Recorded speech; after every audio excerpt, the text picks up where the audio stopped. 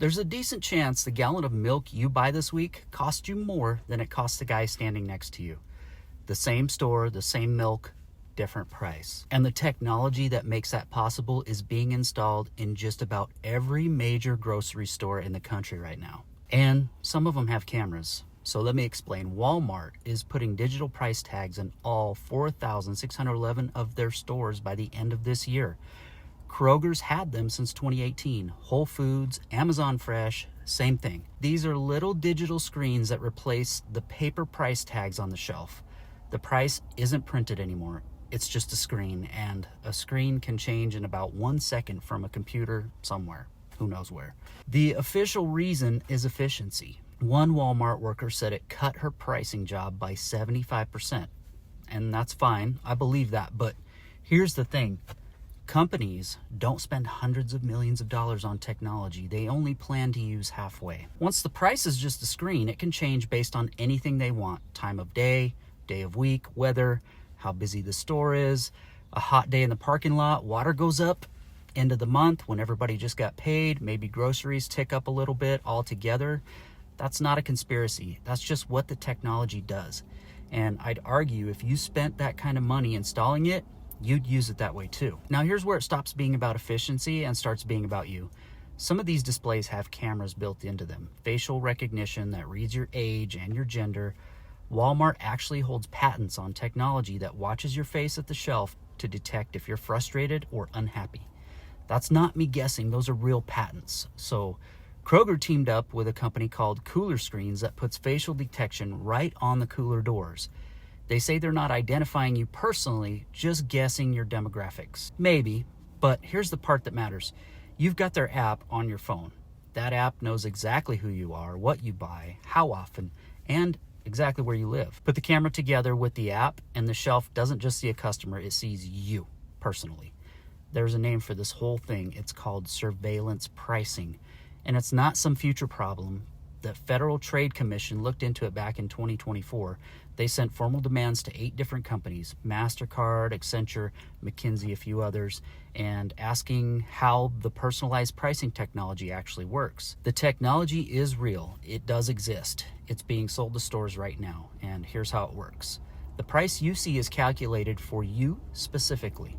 Your purchase history, your zip code, how often you shop there, maybe even how long you stood in one aisle looking at your phone. The person next to you looking at the same exact item can see a completely different number. And there's a quote about this I can't get out of my head. Privacy researchers said if sellers know when your wages go up, it's almost not worth getting a better job because the money just gets pulled back out through smart pricing. That's the whole game right now. Work harder, get a raise, pick up a side gig, and a pricing system quietly takes the extra the second you earn it. That should make every working person mad. Now here is one question I've been wondering. What happens when it's one price on the shelf and a different price by the time you get to the register? With these digital tags, the price can literally change while you're walking to the front of the store. You grab milk at $4.99, 2 minutes later it rings up at $5.49. What's your move there? Honestly, in most states, not much. There's no federal law that forces them to honor the shelf price. A few states have shelf price laws. Michigan, Massachusetts, I think Connecticut are a few, but in most places, it's just a customer service thing. You can argue at the register and hope they fix it. Most cashiers will, but only if you caught it. And that's the catch. Most people don't catch it. You're tired, you've got a kid pulling on your arm, you just want to get out of there, and you look at the total, swipe, and leave. The 50 cents on the milk and the $1 on the cereal, you'd never notice unless you were really watching. Now, multiply that by every customer, every store, every week. That's billions of dollars a year in little differences that nobody disputes because nobody notices. So here's something I'm going to start doing myself. On anything that costs more than a couple bucks, I'm taking a quick picture of the shelf price with my phone. Not everything, just the bigger stuff. That way, if it rings up different, I've got proof right there. Now the good news, because I'm not just up here ranting, some states are pushing back. In April of 2026, Maryland became the first state to ban surveillance pricing in grocery stores.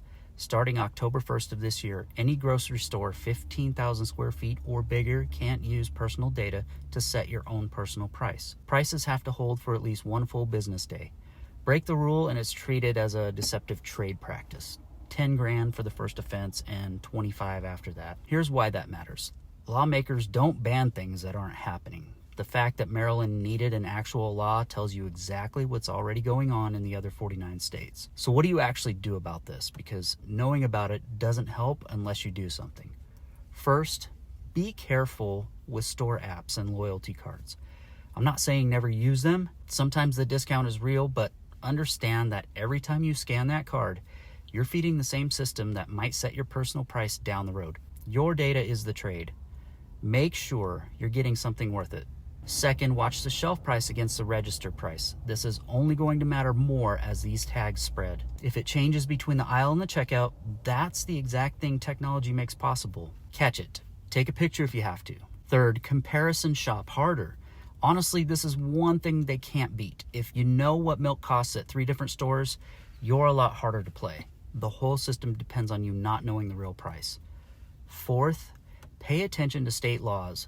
Maryland did it. California and New York have bills moving right now. If one comes up where you live, back it. Nobody actually wants to pay more than the next guy for the same gallon of milk. There's no real other side to this one. Here's where I'll land. The last 20 years have been one long experiment in pulling a little more out of working people without us noticing. Subscription traps, junk fees, drip pricing, the tip screen that spins around when you buy a coffee. This is just the next version, and it's being built into the stores you walk into every single week. They're counting on us being too tired and too busy to pay attention. Don't be too tired for this one. This one matters. If you want more breakdowns like this, subscribe, and I'll see you in the next video.